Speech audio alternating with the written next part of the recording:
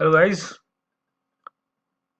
this in this presentation I will try to explain the JVM and the respective components that are present in the JVM and how they are interlinked with each other. The main objective of this presentation is to help those people who have a limited amount of time for preparations during exam or for interviews. And okay, let's start. But before I start, I should tell the convention which I am following here for making this diagram. I have created this pictorial presentation of the JVM such that you can, like, all the components of this are interlinked, and you can like, instead of uh, reading all the stuffs and creating this picture, sometimes it is not clear with not all the components are not interconnected, and how they are linked together, that association is not properly imaginable or recreated in my brain. So I've thought of creating all those, taking all the components out and interlinking in some graph, in sort of a graph, so that it is very easy to visualize how they are connected and how they are associated. So for that purpose, I'm trying to interlink everything. And if you, I know it's at the beginning it's look a little bit cluttered, but if you go by the arrow sign and the nodes and the arrow sign represent the association, how they are interlinked, you will be very much comfortable with this, because this thing, with this graph I can use in some graph db also.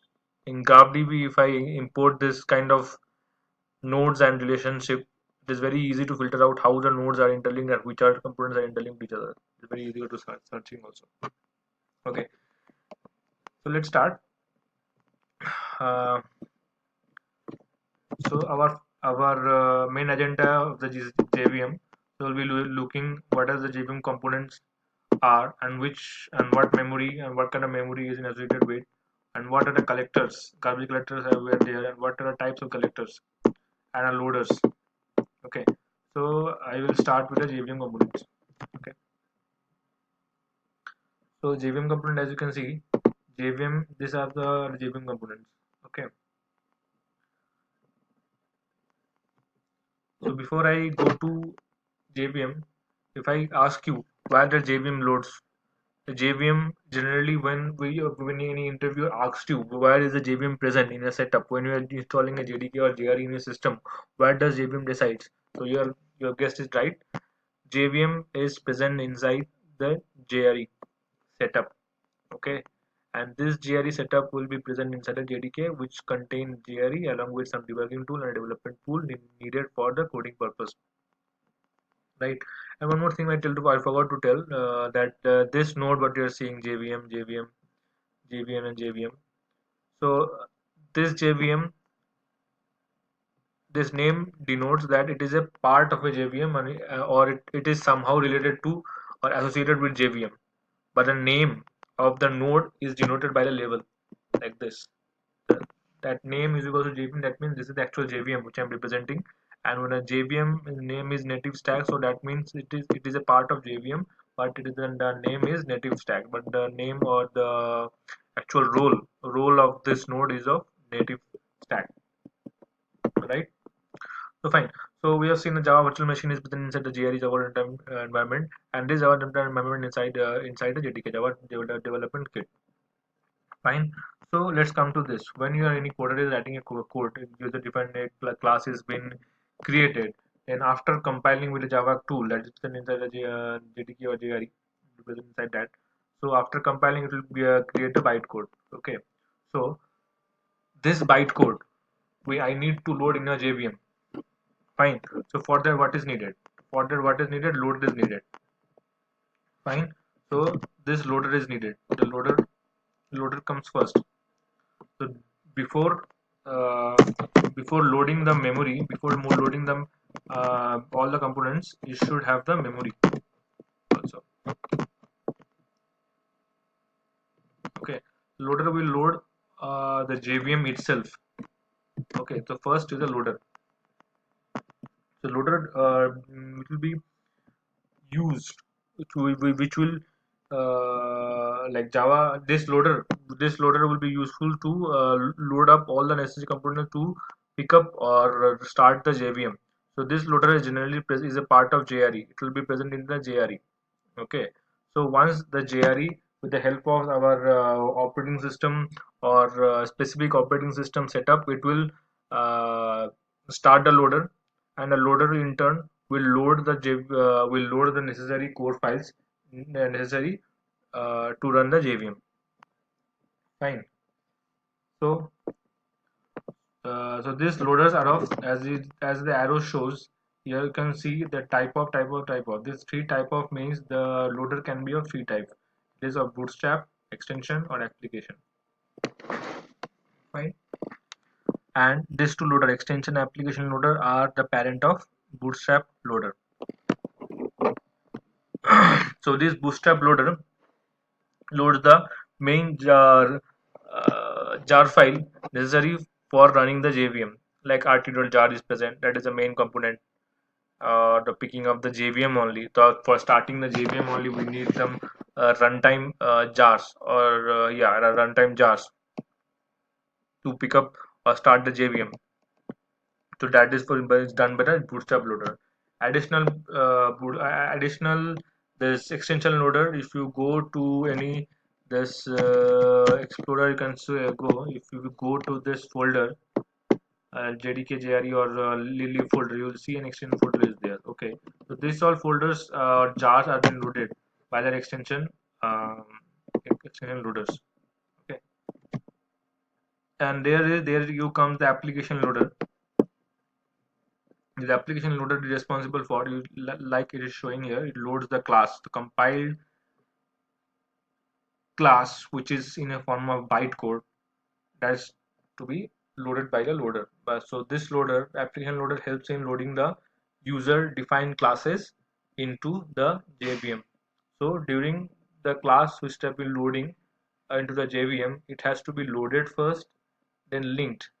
Linked. The link come in various phases. Loading has various stages, like, such as preparing and checking the semantics, whether all the conventions of the Java is followed or not. What is the inheritance, and inheritance will I mean inheritance as in how the linking has been formed. The linking as in how the class has been linked with interface or any classes. So that linking will be done. Okay, and then is the initialization is for initializing the any variable, initializing the variable, class variable, or static variable. All this kind of initialization is done in this phase. So after that, when this all this tree is done, it will be loaded in the JVM. And okay, now once it is loaded in the JVM will create this all memory locations. Okay, so here you can see is this all this 4 JVM is a part of thread. That means this 4 JVM memory allocate is present inside a thread. It is local to a thread. Fine, it will be present per thread. It is not shared by any thread. So this native stack, a native stack, whenever were calling any native code from a JNI interface using the JNI interface. So the stacks, that data structure will be used for running those native calls or doing the native operations. So that stack is represented as native stack here. Okay, and another JVM component is program counter. So this program counter will have the instruction, next level instruction to be executed. Okay, and this JVM is similar. This is the stack. It is not similar to native stack. Native stack and stack are different, and that is for JNI interface, or you can say the word for working with native codes in the JNI interface. And this stack is for our general Java classes.